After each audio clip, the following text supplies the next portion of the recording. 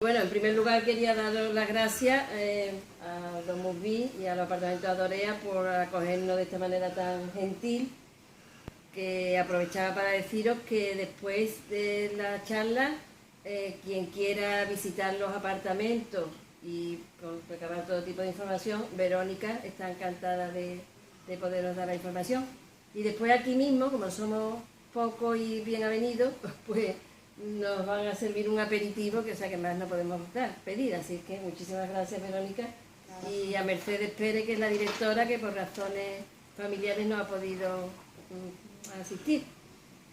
Bueno, pues como sabéis, el día 8 de marzo se va a celebrar el Día Internacional de la Mujer, y la Asociación de Antiguos Alumnos y Alumnas de las Teresianas ha programado esta actividad, y venimos a celebrarlo en el día de hoy.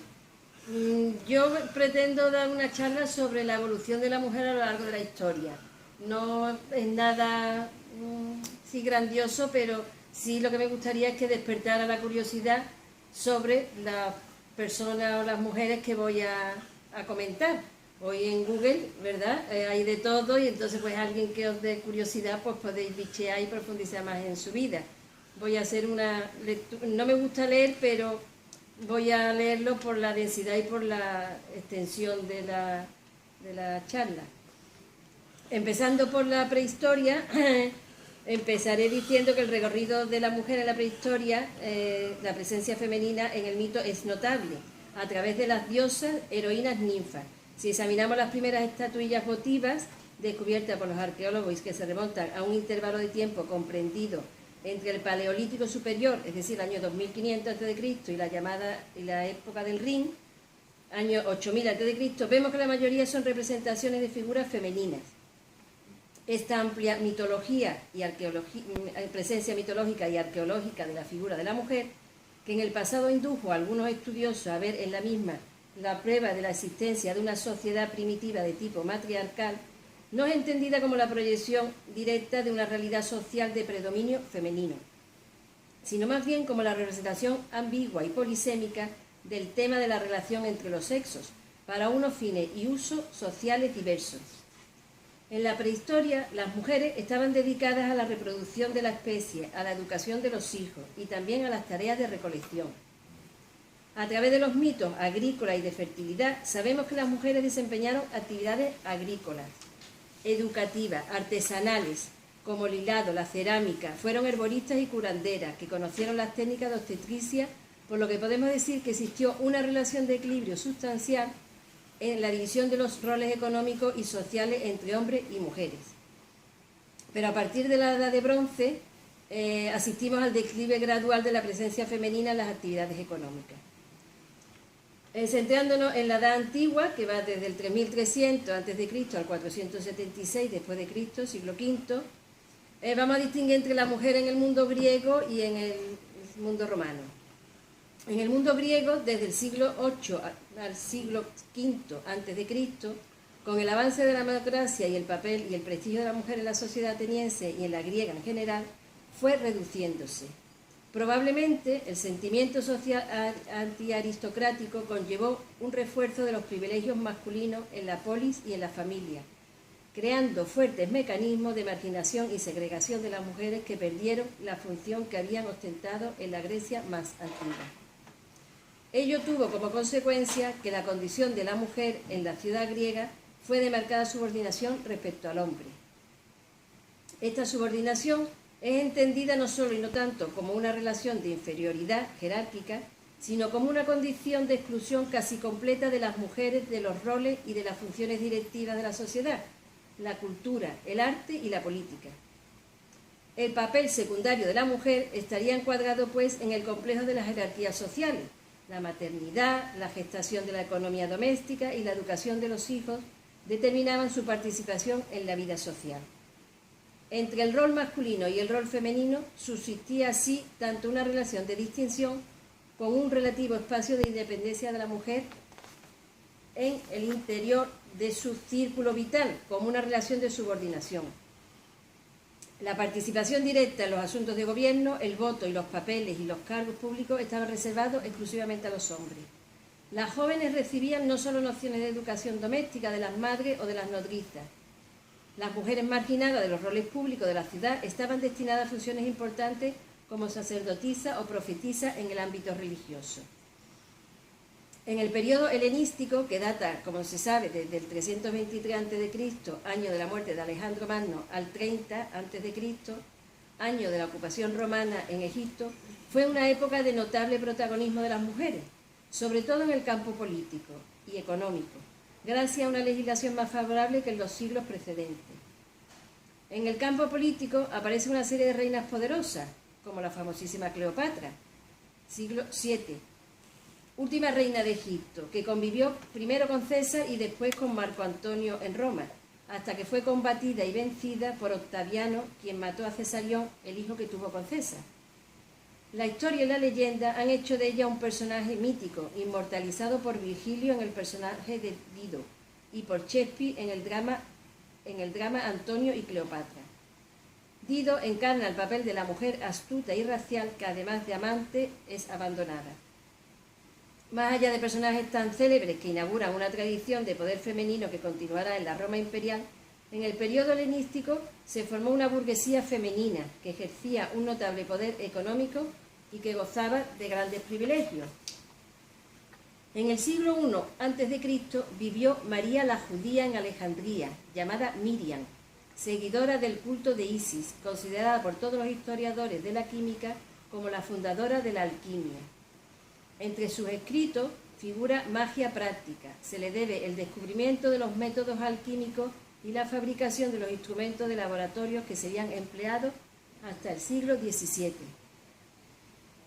En el mundo romano, los historiadores sostienen que la mujer romana, es decir, la mujer libre que vivía según las costumbres latinas y posteriormente según el derecho romano, desempeñaba una función sensiblemente más importante que el de la mujer griega en la sociedad. En el seno de la familia desempeñaba un papel educativo y administrativo que le concedía una autoridad que la mujer no había conocido. A menudo, en lugar de los hombres que habían partido a la guerra o habían muerto o estaban proscritos, las mujeres romanas de las clases más acomodadas asumían entre jurídico y económico un papel jurídico y económico, liberándose del estado de la subordinación habitual.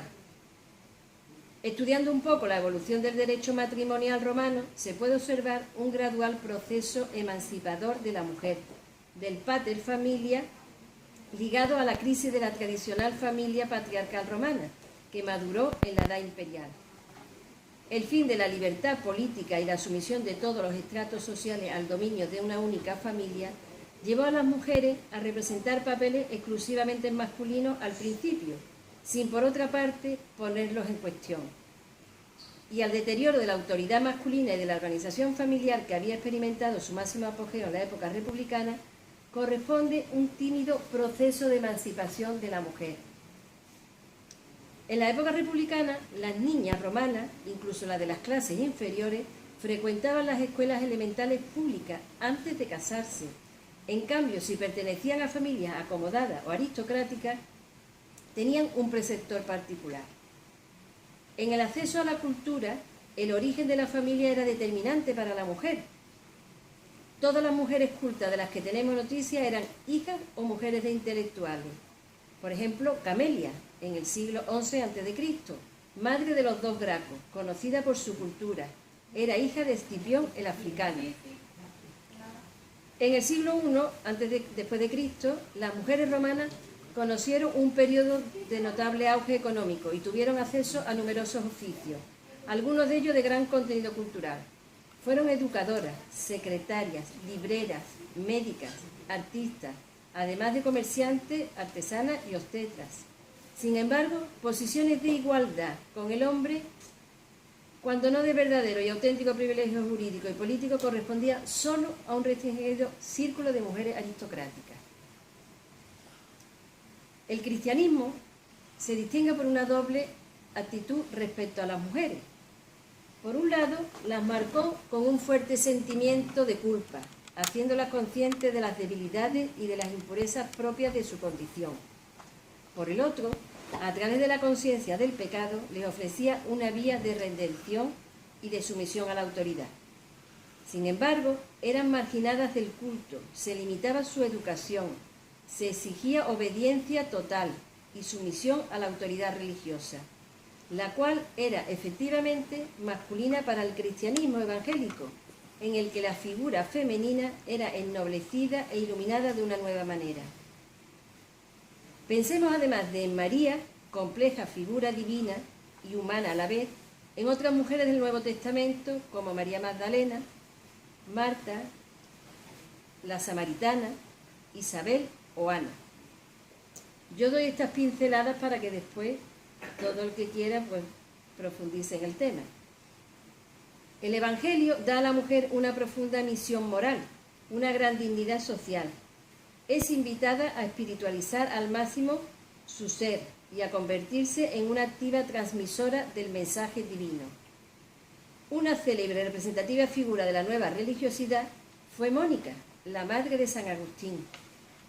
Ella, que era cristiana, tuvo una gran influencia en la conversión de su hijo Agustín. Pasando a la Edad Media, que abarca el periodo desde el año 476 después de Cristo al 1492 después de Cristo, para la mujer no fue muy favorable. Las circunstancias que rodean la vida en la Edad Media del ser humano en general, como fue la inseguridad, las guerras, las epidemias, la hambre, el poder feudal, favorecen el horror vivido por las mujeres. Así, desde luego, en la Alta Edad Media, el marido puede matar a su esposa adúltera después de perseguirla a latigazos si hace falta. La mujer, sierva o esclava, no puede casarse fuera del dominio de su señor, y si lo hace, sus hijos serán repartidos entre su señor y el de su marido. La mujer no elige, por supuesto, marido, pero acepta el que ha escogido su padre. De todas formas, corre siempre el riesgo de ser violada por algún bandido o por un señor rebelde y enemigo, de ser raptada o de ser repudiada y condenada al convento, si no a la muerte, según el buen parecer y deseo del hombre en general y del suyo en particular. La mujer pasa del poder de su padre al de su marido y no puede actuar nunca sin permiso o la licencia de este varón. El hecho de que al mismo tiempo estos largos siglos de oscurantismo, unos 10 siglos más o menos, hayan presenciado la aparición del culto de la Virgen María, que hayan fomentado la poesía de los trovadores, las cortes de amor y el amor cortés, y que hayan sido jalonados por figuras femeninas reales o ficticias como las de Eloísa, Isolda, María de Molina o Juana de Arco, no consigue sobreponerse a la leyenda negra, que no ve más en la época medieval que cadenas, cinturones de castidad, tornos o potros, derecho de pernada y en general una denegación total de la mujer hasta como ser humano. La época medieval fue chunga, ¿eh?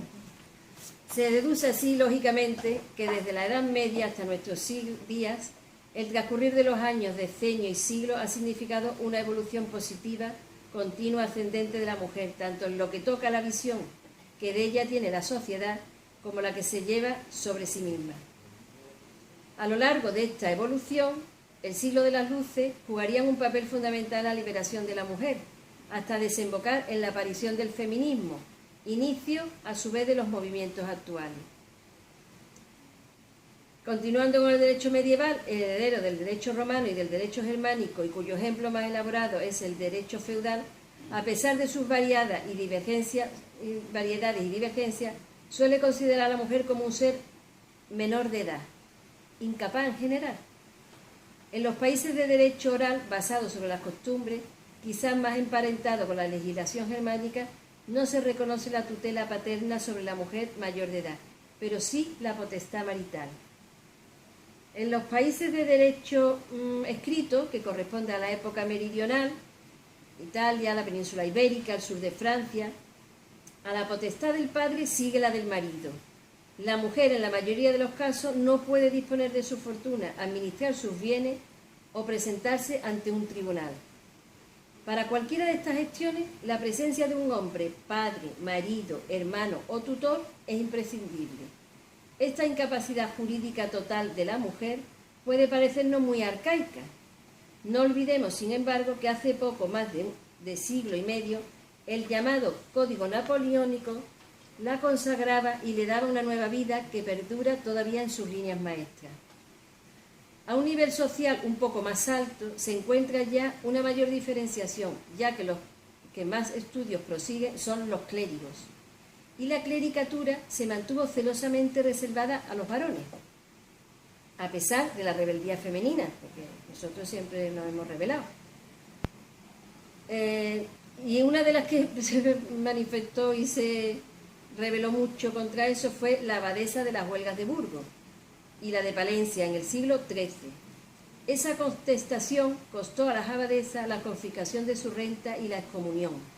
Sin embargo, desde el siglo VI se exigía que las monjas supieran leer y escribir, algo bastante curioso. Y se puede así observar que desde los primeros siglos de la Alta Edad Media y hasta más o menos el siglo XIII, los conventos dieron una educación y una cultura a todas las que iban a ser monjas. A partir del siglo XIII, con el desarrollo de la vida urbana, se crean escuelas comunes. En 1320 existía en Bruselas una escuela para niños y otra para niñas. En estas últimas enseñaban unas maestras pagadas por la ciudad.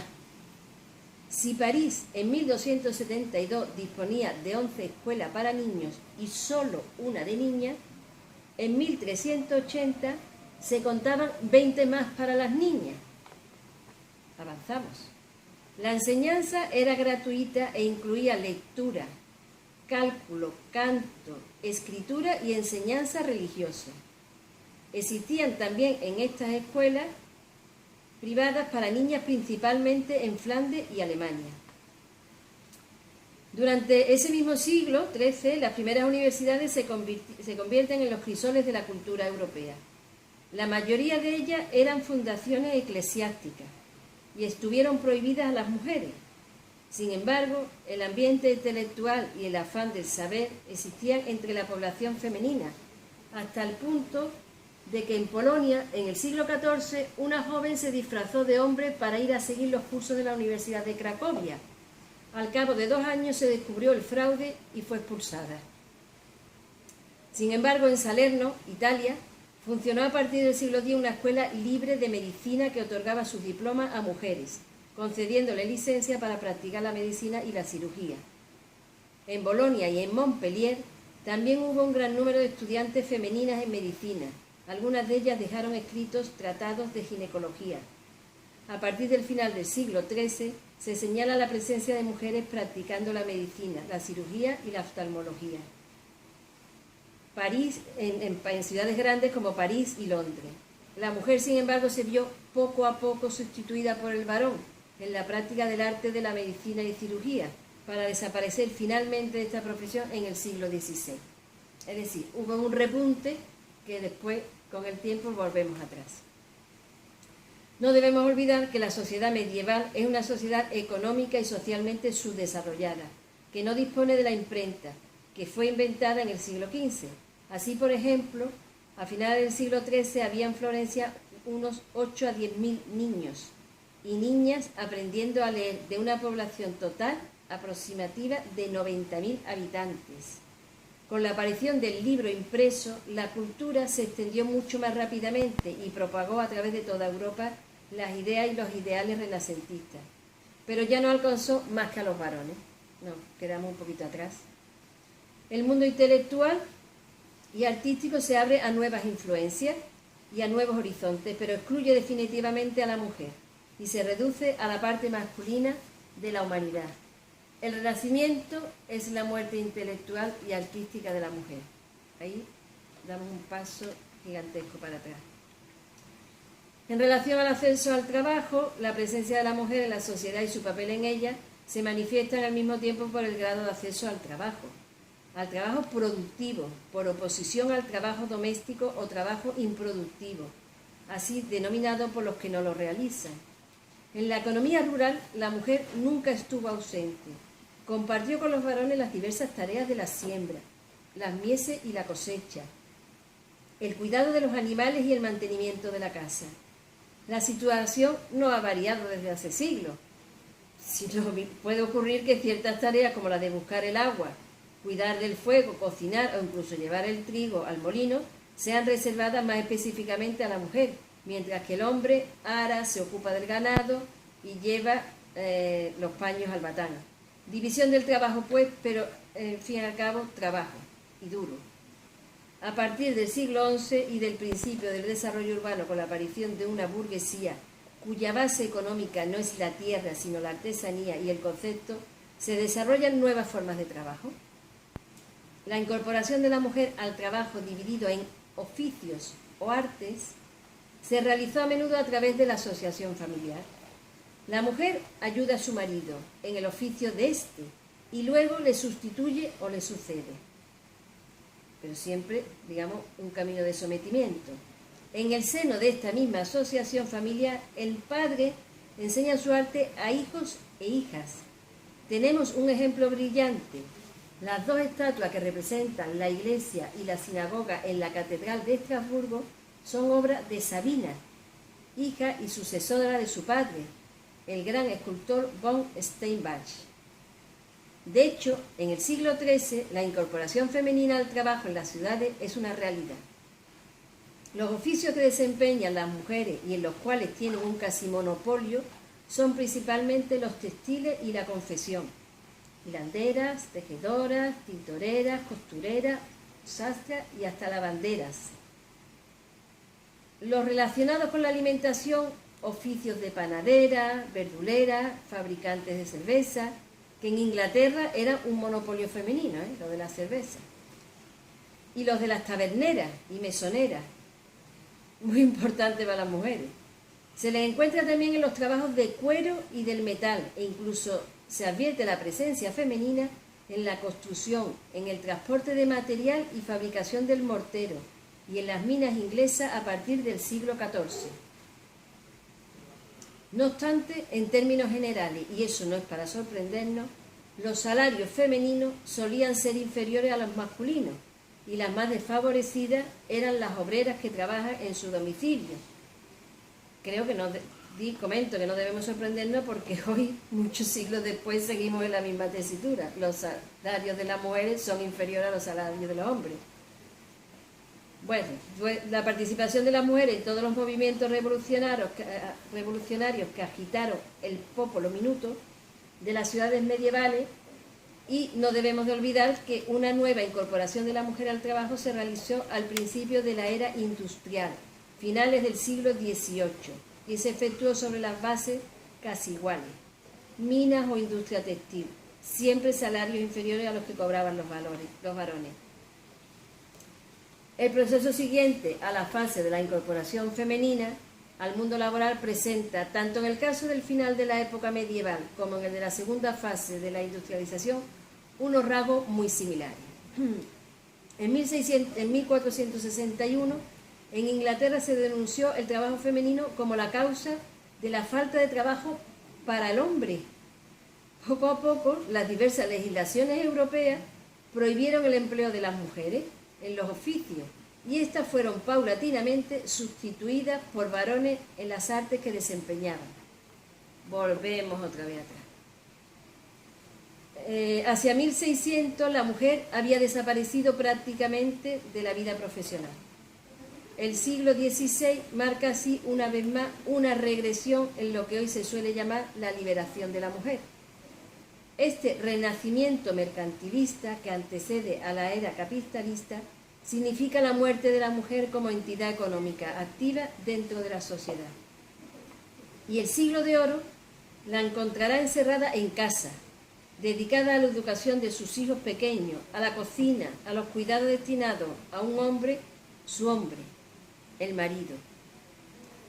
Desde la universidad medieval hasta la moderna, la historia de las mujeres en estas instituciones ha sido la historia de su exclusión. Sin embargo, esta historia no ha sido uniforme ni ha estado predeterminada. Ciertas épocas han favorecido la participación femenina más que otras. Hay una institución curiosa, el convento medieval, que ha dado a las mujeres la oportunidad de cultivar el saber. Entre los siglos VI y XI, la Iglesia conquistó de hecho el monopolio del alfabetismo y la educación en Europa. Había hijas de señores feudales, no poseedoras de tierra ni de herencia, que tomaban los votos en monasterios de la zona. Como miembros de esos monasterios llegaron a gozar de poder temporal, además de espiritual. La vida clerical era un camino respetable al poder, tanto para hombres como para mujeres. El auge de las universidades entre el siglo XI y XV, sin embargo, supuso una disminución de las oportunidades educativas para las mujeres. Desde su comienzo, las universidades europeas estuvieron en principio cerradas a las mujeres. Hubo excepciones, por supuesto. Un pequeño número de mujeres estudiaron y enseñaron en las universidades desde el siglo XIII, sobre todo en Italia. La mujer más excepcional a este respecto fue Laura Bassi, catedrática de física en la Universidad de Bolonia. Se doctoró en filosofía en Bolonia al año 1733 y poco después se convirtió en la mujer que ocupó una cátedra de física en una universidad. A pesar de estas pocas excepciones, las mujeres estuvieron generalmente excluidas de las universidades europeas hasta finales del siglo XIX y en algunos casos hasta el XX, que hace nada, vamos, nos parece que hace mucho tiempo, pero es que hace nada, vamos. Introduciéndonos en la época moderna y dejando la época medieval, que fue un poco caótica, por no decir otra cosa, para las mujeres, la mujer tuvo en la época moderna, que abarca por situarnos del 1492 al 1789 después de Cristo. La mujer tuvo una posición de inferioridad evidente con respecto a los hombres. Y esto se refleja en la normativa, en la actitud de la Iglesia e incluso en los refranes. Pero esto no quiere decir que las mujeres hayan sufrido más en el siglo XV que en el siglo XVIII. La inmensa mayoría de ellas ha tenido los mismos problemas, las mismas necesidades y ha sido reducida al plano doméstico del mismo modo.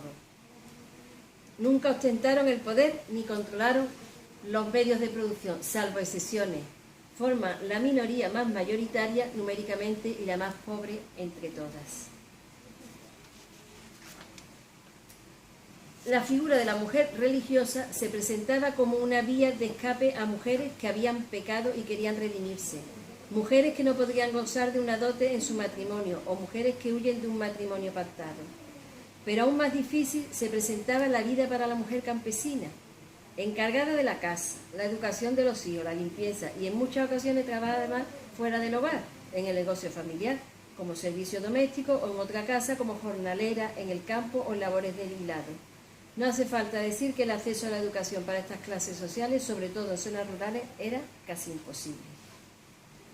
Por vez primera, la mujer de la alta aristocracia, burguesía, clase media y pueblo llano plantearon de manera colectiva sus aspiraciones sociales y políticas. Con respecto a la alta nobleza y a pesar de que debían someterse al poder del marido como lo hacían ante el del rey, eran mujeres de gran inteligencia y ambición, que cosecharon un gran poder en los asuntos domésticos y en el mundo de las artes, siendo fervorosas mecenas. Y mientras que en el siglo XVII, la llamada de Dios acaparaba las mentes de hombres y mujeres, en el XVIII una faceta más terrenal sale a la superficie. Esto no solo es posible gracias a la Ilustración, que defiende la separación entre la doctrina del Estado, la política y, en otras palabras, lo privado y lo público, y la doctrina religiosa, es decir, lo privado. Esta situación se dibuja como la más propicia para convertir esa faceta más terrenal en un arte en sí mismo, la del ocio y la despreocupación, que acabará siendo el perfecto terreno para convertir la conversación en arte, dotada siempre de un espíritu crítico, muy desarrollado, de gran agudeza y comprensión, y desenvuelto en los salones. Aparece la figura de los salones, que es fundamental para las mujeres. En la sociedad francesa del siglo XVIII, y más concretamente estos salones, el lugar propicio para la literatura, el teatro, la música, la danza, la sociedad en que germina la semilla de igualdad entre hombres y mujeres, con intereses comunes y del que beberá Europa. Progresivamente la conversación que se ocupaba de asuntos menos elevados y ociosos se fue abriendo camino en temas más profundos como la reflexión filosófica y científica, intelectual y política, convirtiéndose en una especie de círculo con carácter de asamblea donde todas las voces tenían cabida, incluidas las mujeres. Por otro lado, a modo de continuación de los salones, se concebían los paseos, otra figura muy importante y muy curiosa. Eran otros espacios de sociabilidad para hombres y mujeres, de la burguesía y de la nobleza, lugares de ocio y esparcimiento. Además, esta costumbre no se limitaba a las clases de la alta sociedad, sino que las clases populares acudían al prado o al campo como escenario de su entretenimiento para relacionarse a modo de salón al aire libre.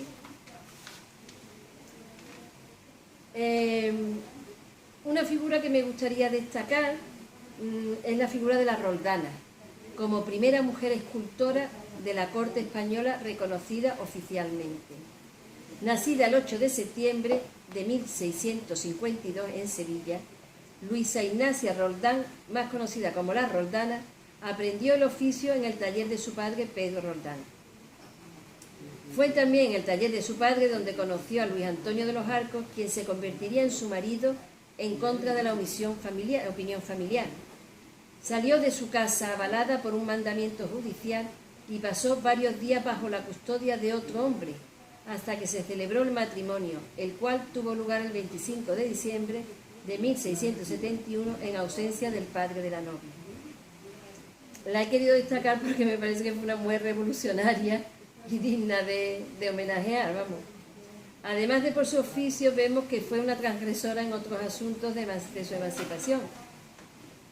Hizo el Eseomo de la Catedral de Cádiz, donde el matrimonio residió por un tiempo, y es la primera obra documentada oficialmente de la Roldana, y el San Miguel en el Escorial. Es una preciosa talla en madera, de verdad que es súper bonita. Otra que he querido solamente enumerar de la época es Leonor de la Cueva, Olivia Sabuco, Leonor de Meneses, Ángela de Sotomayor, Catalina del Barrio y Angulo, Cristobalina del Alarcón, Elena de la Paz, Isabel Correa. Eso lo dejo ahí para que echéis las que seáis más curiosos. Ser mujer en la actualidad no es fácil. Muchas de las mujeres actuales han incorporado a su identidad la independencia económica, la autonomía y su ambición personal dentro de su proyecto profesional. Es decir, muchas mujeres en la actualidad están incorporadas al mundo profesional sintiéndose seres humanos plenos. La dificultad en la mujer está en saber aunar la actividad, lo profesional, sus logros o el poder al mundo afectivo y familiar. Incluso aquellas que lo consiguen pasan el precio de sentirse culpables por abandonar el cuidado de sus hijos o familiares. Me he querido fijar en algunas mujeres, para mí, nobles, con idea de despertar curiosidad y que se inquieten por conocer algo más de ellas. Y aprovechando que está presente el presidente del Ateneo de Triana, quería hacerle una mención